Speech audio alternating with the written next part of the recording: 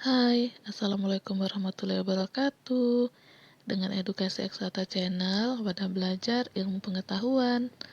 Mohon dukungannya ya kalau channel ini bermanfaat buat kamu. Hari ini kita akan sama-sama belajar tentang biologi sel. Jadi, apa aja yang mau kita pelajari? Yang pertama tentang sel dan sejarahnya. Terus yang kedua tentang komponen sel dan fungsinya. Udah siap ya? Belajar tentang sel, yuk kita cari tahu dulu apa sih sebenarnya sel itu.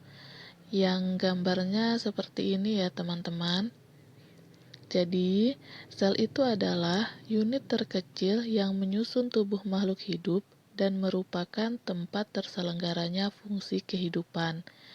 Maksudnya adalah, sel ini merupakan unit dasar yang susunannya secara struktural dan fungsional berpengaruh banget terhadap kepribadian dan tingkah laku makhluk hidup, baik itu tumbuhan, hewan, maupun manusia.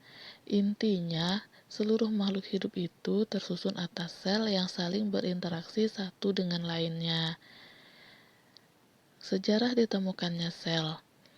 Nah, awalnya sel ini pertama kali ditemukan oleh ilmuwan Inggris yang bernama Robert Hooke. Apa yang beliau amati? Yang beliau amati adalah sayatan gabus dari tumbuhan yang sudah mati. Nah, dari sayatan gabus itu, beliau menemukan kok di dalamnya ada ruang-ruang kosong atau rongga-rongga yang dibatasi dinding-dinding tebal. Pada akhirnya, beliau memberi nama ruang-ruang kosong tersebut dengan istilah selulae atau yang sekarang kita kenal dengan sel. Setelah Robert Hooke menemukan selulae, penemuan tentang sel ini ternyata terus berkembang. Seorang ilmuwan Belanda bernama Anthony van Leeuwenhoek kemudian menemukan sel hidup dan menjadikan beliau sebagai orang pertama yang menemukan sel hidup tersebut. Jadi, apa yang beliau amati? Yang beliau amati adalah air rendaman jerami. Dan ternyata beliau menemukan suatu organisme yang hidup atau yang bergerak-gerak di dalam air rendaman tersebut. Dan setelah diamati, ternyata organisme hidup tersebut adalah bakteri. Perkembangan tentang sel selanjutnya. Pada tahun 1839, ilmuwan ahli botani berkebangsaan Jerman bernama Jakob Schleiden mengamati sel tumbuhan. Nah, di tahun yang sama, ilmuwan bernama Theodor Schwann mengamati sel hewan. Dan ternyata, dari pengamatan tersebut, mereka menarik kesimpulan yang sama. Kira-kira apa ya kesimpulan dari dua ilmuwan hebat ini? Dan kesimpulannya adalah yang pertama, tiap makhluk hidup terdiri dari sel. Yang kedua, sel merupakan unit struktural terkecil pada makhluk hidup. Maksudnya, setiap makhluk hidup penyusun terkecilnya adalah sel.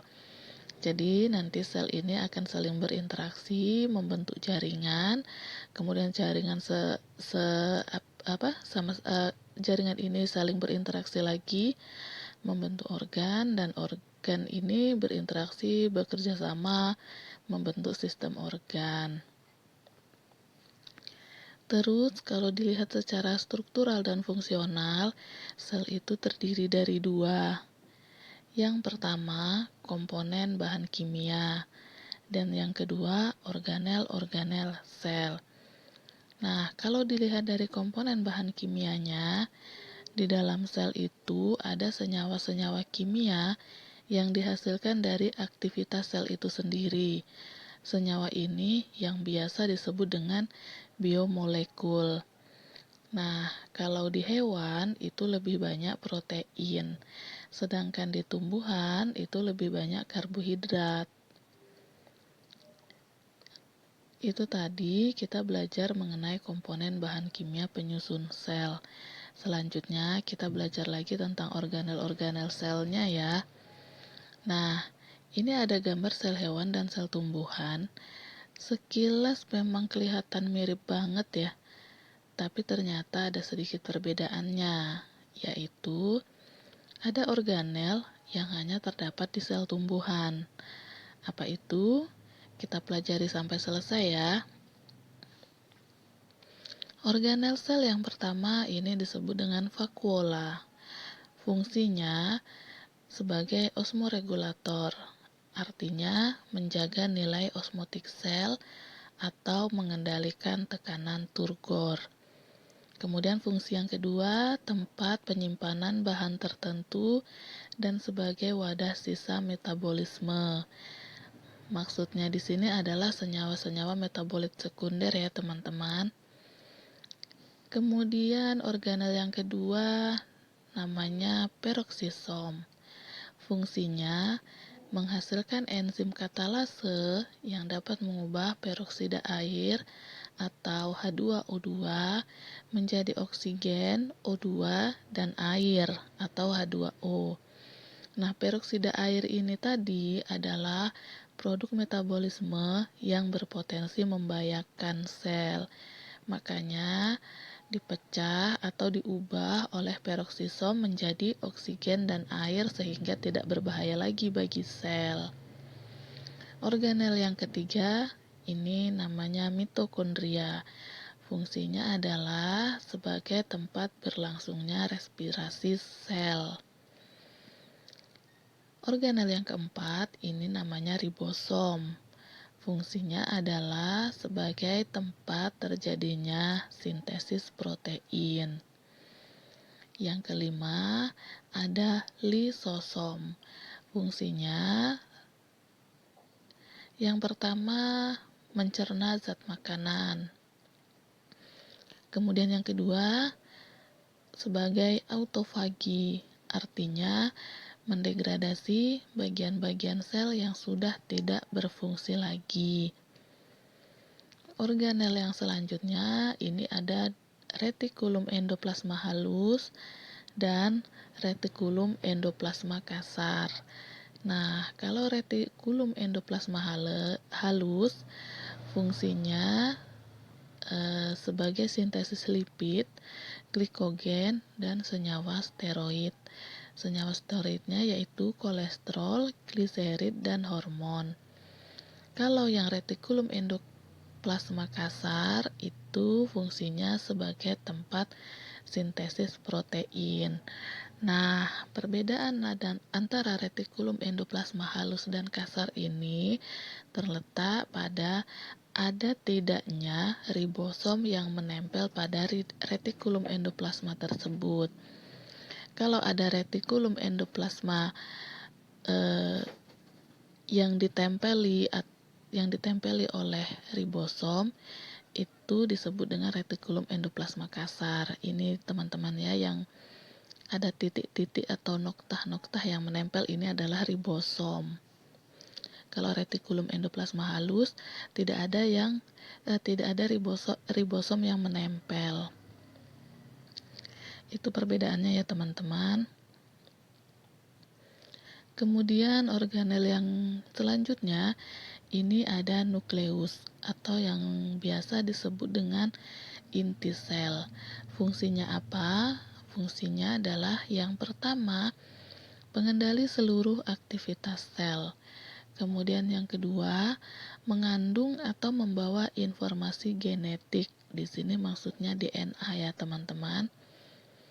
Kemudian fungsi yang ketiga itu memproduksi tRNA, rRNA, mRNA untuk keperluan sintesis protein. Dan yang fungsi terakhir ini memproduksi ribosom. Organel yang selanjutnya ada aparatus Golgi atau ada juga yang menyebutnya dengan badan Golgi. Kemudian ada lagi yang menyebutnya dengan kompleks Golgi. Fungsinya apa? Fungsinya yang pertama membentuk dinding sel.